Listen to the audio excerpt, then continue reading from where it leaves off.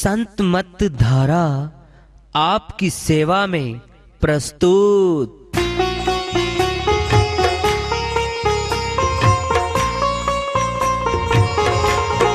जो चाहता है प्रभु प्यारा, वो आओ संत मत धारा। भक्ति भेद बता कर सारा, वो कर दे भव के पारा। जो चाहता है प्रभु प्यारा, वो आओ संत मत धारा। भक्ति भेद बता कर सारा, वो कर दे भव के पारा। जो चाहता है प्रभु प्यारा।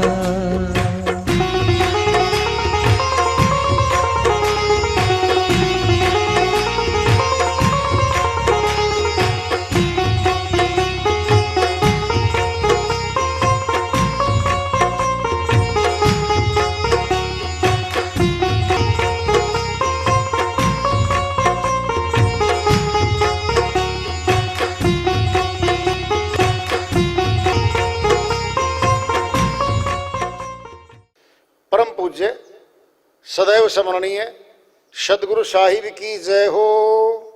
सतनाम साहिब। आदरणीय सर्व संतों की जय हो। उपस्थित आदर के योग प्रभु प्रेमी एवं जिज्ञासु आत्माओं, हम सभी पूर्ण पिता परमात्मा, सभी सृष्टियों के रचनहार, कुल मालिक, हम सब के जीवन का आधार, उनकी महिमा को सुनने के लिए एकत्रित हैं। मेरी सभी से अर्ज है कि मैं कोई जगत गुरु नहीं, कोई महाराज नहीं, कोई महामंडलेश्वर नहीं। मैं केवल सभी संतों की चरणों की धूल हूँ और आपका भक्ति मार्ग में सहायक हूँ। मैं अपनी सीधी साधी टूटी फूटी भाषा में, संदुकड़ी भाषा में भक्ति भेद के गूढ़ रहस्यों को उजागर करने वाले विचार आपके समक्ष रख रहा हूँ। यदि अच्छे लगे अपनाएं, नहीं तो गैर जरूरी समझकर विसार दें। हाँ, सत्संग ही एकमात्र प्रभु प्राप्ति का विद्यालय है, विश्वविद्यालय है ये। और हम सभी सत्संग में आए हुए हैं। हम जिज्ञासु तभी तो आए हैं। हम पिछले सत्संगों से वार्ता करते चले आ रहे हैं कि चेतावनी से प्रभु प्राप्ति की ओर, इस अध्याय को, इस वार्ता को आज फिर आगे बढ़ा रहे हैं। दादा गया बाप गया, हम भी चालन हार। नित्यानंद इस जगत में भूले सोई गंवार। स्वामी नित्यानंद जी महाराज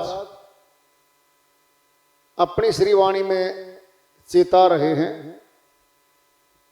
आमतौर पे दादा देखा जाता है, पर दादे का मुंह देखने वाले तो कोई कोई होते हैं। दादा नसीब होता देखना लगभग। दादा गया बाप गया, हम भी चालन हार।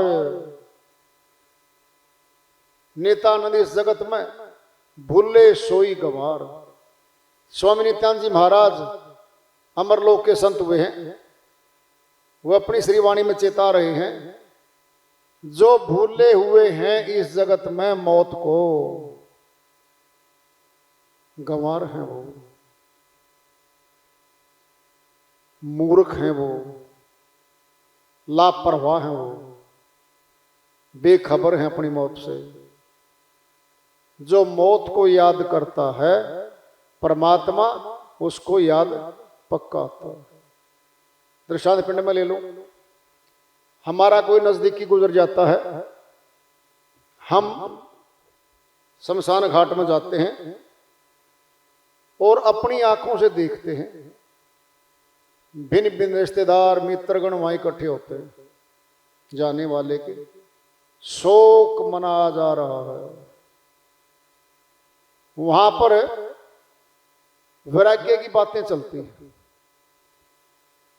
गया जी, ऐसा था जी, मिलने वाला था, हमारा तो बड़ा निकट का था, हमारे बड़े काम आता था। भिन्न भिन्न बातें चलती हैं। कोई कहता है जी यही सत्य है, यही आना पड़ेगा सबको, देखो जी, या छोटी छोटी बातें चलती हैं वहां पे। कुछ कहते हैं, सत्संगी भाई भी होते हैं वहां पे, देखो मौत आ रही है, जो भक्ति नहीं करते उनको दंड मिलेगा, जो प्रभु भक्ति करते हैं मौत तो उनकी भी आएगी लेकिन उनको दंड नहीं मिलेगा। क्या है ये? चेतावनी है। मौत को हर समय याद रखें। मौत के भय से ही भक्ति होती है, डर से भक्ति करे सब कोई, क्योंकि सभी डरों का राजा है मौत, सभी भय मौत से छोटे हैं। और मौत का भय जब आता है, अपने जीवन को बचाने के लिए मनुष्य कमाया हुआ धन 20, 30, 50 वर्ष का कमाया हुआ भी दे देता है डकैतों को। मुझे बख्श दो भाई, तुम ले जाओ सारा सामान। तुलना हो रही है, कितना अनमोल जीवन मिला है हमने। डकैत लूट ले गए, सामने दिख रहे थे तो भी कुछ नहीं बिगाड़ पाए।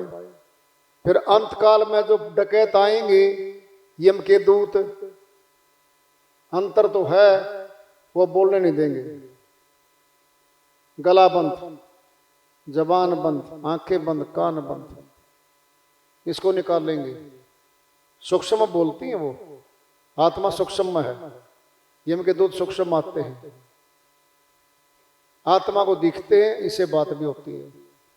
ये बता नहीं सकती परिवार वालों को, परिवार वाले देख नहीं सकते, बस एक ही बात देखेंगे, दिल की धड़कन बंद हो गई है, मस्तक गर्म है, धीरे धीरे मस्तक ठंडा हो जाता है। मस्तक ठंडा होने के बाद डिक्लेयर्ड है, बस जानकार हमारे पास बैठे होते परिवारों के, अब गया भाई, आखिरी मस्तक है। मस्तक ठंडा, इसका अर्थ क्या हुआ? फिर मस्तक में तो बैठी है शक्ति। हाथ पैर ठंडे होने के बाद भी दोबारा जिंदा होते हैं बहुत लोग। कहते हैं भाई अभी तो दिल की धड़कन चल रही है, फिर जिंदा हो सकता है। मस्तक ठंडा होने के बाद बहुत कम चांस है दोबारा आने के। फिर भी सनातन में एक प्रथा है, कहीं कपाल में नहीं चढ़ गया हो श्वास, शून्य बोलते हैं उसको, शून्य में चला जाता है, आभास नहीं होता। तो पहले क्या होता था, शून्य समाधि लग जाती थी, बहुत पहले की बातें, ऋषि मुनि जपी तपी लगा लेते थे, कई बार वैसे भी लग जाती थी। तो वो कपाल क्रिया करते थे पहले, कि कपाल क्रिया करो, सिर पे कोई तरीका होता है, हाथ रख के थोड़ा झटका देना होता है, वो अगर कपाल में है तो नीचे चेतना आ सकती है हमारी, आई हुई ही पहले किसी की एक दो की। तो फिर एक प्रथा ही बना दी, मनुष्य सयाना बहुत है, आए ना आए, अगर आ जाए तो वो क्रिया करो, उसको बोलते कपाल क्रिया करो। आज भी प्रचलित है, लेकिन भूल उसका सिस्टम बदल गया। कपाल क्रिया करनी तो घर थी, जहां लेटा हुआ है हमारा आदमी, परिवार वालों के बीच में है, करनी तो वहां थी, वहां न करके ले गए शमशान घाट पे जाए करते हैं। शमशान घाट पे जाए कर लो, लकड़ियों में देने से पहले कर लो। अब उल्टा हो गया, लकड़ियों के बीच में भी दे दो और फिर करो कपाल क्रिया। कपाल क्रिया का अर्थ क्या है? देखा देखी, प्रचार में इतना हो गया, उसको कर्मकांड का न्योता दे दिया, कर्मकांड रूप बना दिया उसका। लठ ले आए कि लठी सिर पे, क्या हमारा प्रियजन, हमारा दादा, हमारा पिता है वो आदरणीय है, क्या सिर में लठ हम उसको लगाएंगे?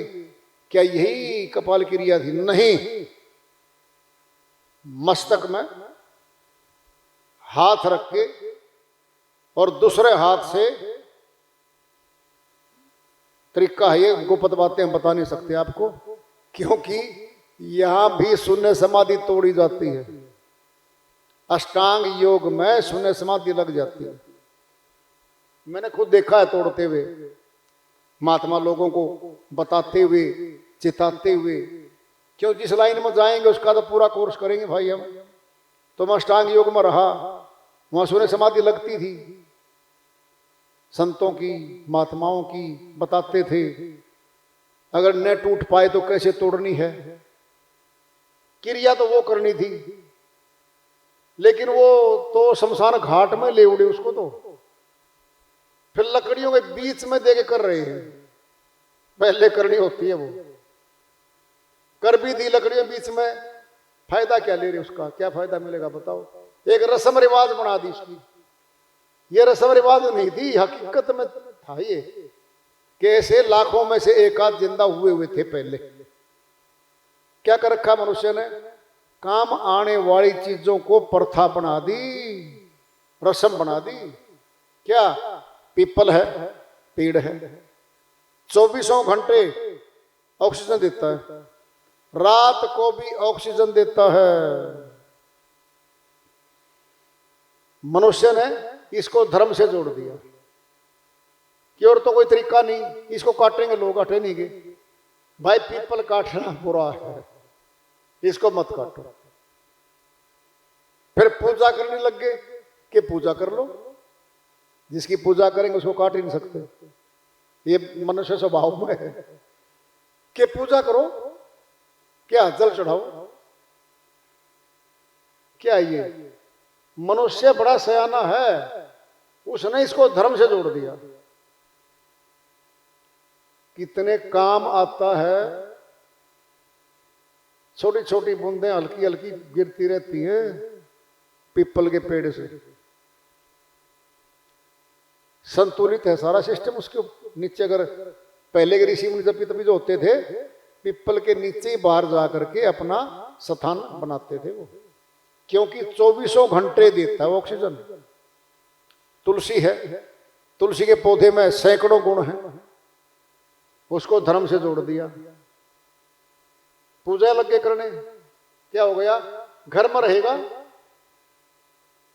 तुलसी के पत्ते बहुत काम आएंगे, निरोगा है, कीटाणुओं को दूर करता है, एंटीबायोटिक सिस्टम है, उसके पत्ते हर जगह काम आते हैं मनुष्य के। इसलिए उसको गमले में लगा के घर में रख के उसकी पूजा भी करते हैं।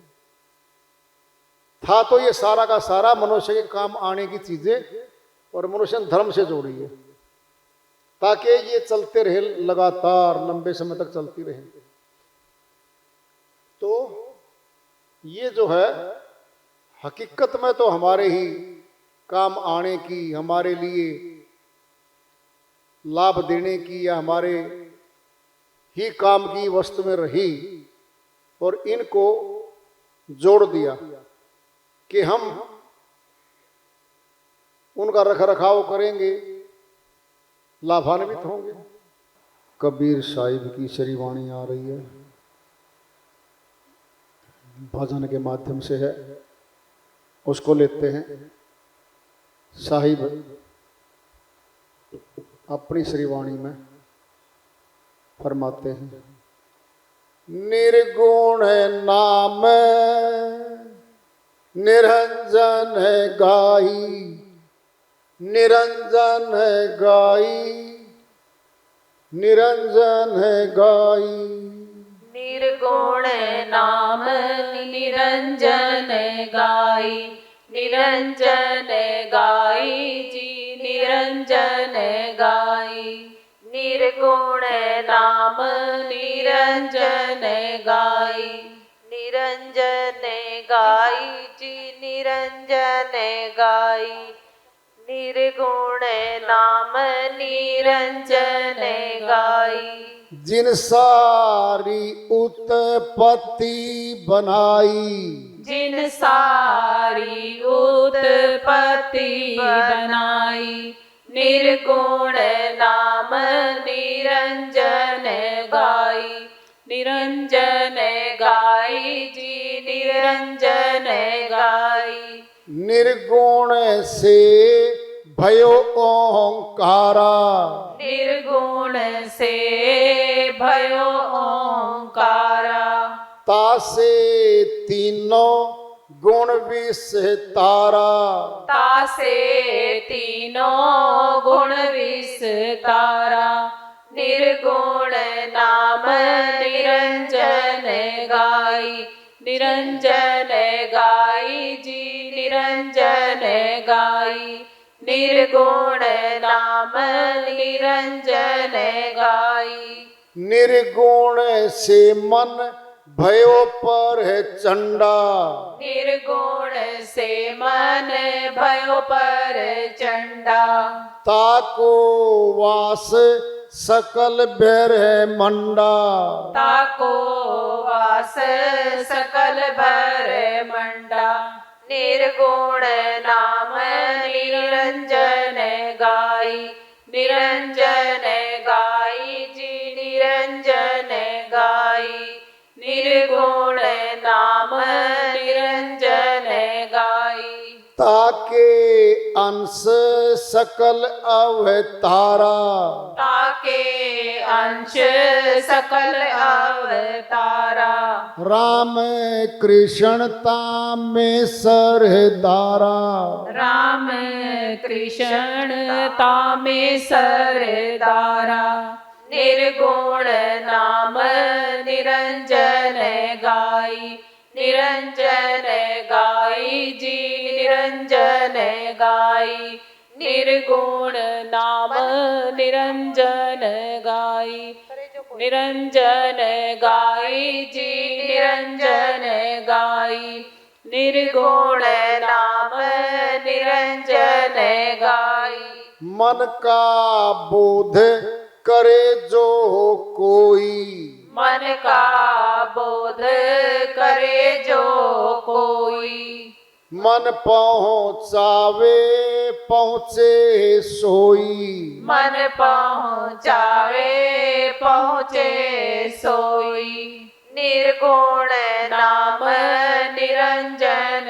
गाई निरंजन गाई जी निरंजन गाई निर्गुण नाम निरंजन गाई जाए निरंजन माही समाई जाए निरंजन माही समाई आगे भेद कोई ना पाई आगे भेद कोई ना पाई निर्गुण नाम निरंजन गाई जिन सारी उत्पत्ति बनाई निर्गुण नाम निरंजन गाई निरंजन गाई जी निरंजन गाई निर्गुण नाम निरंजन गाई।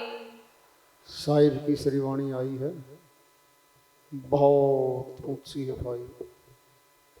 उन्हीं की दया से मेहर से कुशल करते इसका अनुवाद कर लेते हैं। निर्गुण जिसमें कोई गुण नहीं, जो निराकार है, जो साकार नहीं है वह निराकार है। निर्गुण नाम निरंजन गाई, ये निरंजन जो है यही काल पुरुष है। पूरा नाम है ज्योत स्वरूपी अलख निरंजन, यही काल पुरुष है। इसी काल पुरुष को राज्य मिला हुआ है 21 ब्रह्मांड का, 21 लोकों का। इसी के अधीन सारी सुरतियां कर्म के कानून में फंसी मृत्यु लोक में चली जा रही है। बहुत बड़ी भेद की श्रीवाणी है। निर्गुण नाम निरंजन गाई, जिन सारी उत्पत्ति बनाई। निर्माण इसी का है, फिर आगे सारी उत्पत्ति बनाई। निर्गुण से भयो ओंकारा, तासे तीनों गुण विस्तारा। साहिब कहते हैं इसी से ओंकार बन गया, उसी से तीनों गुण, रजगुण, सतगुण, तमगुण, तीनों गुणों की रचना हो गई।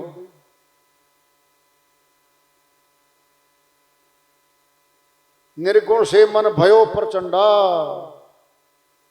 ताको वास सकल ब्रह्मंडा। इसी निरंजन से मन पैदा हुआ,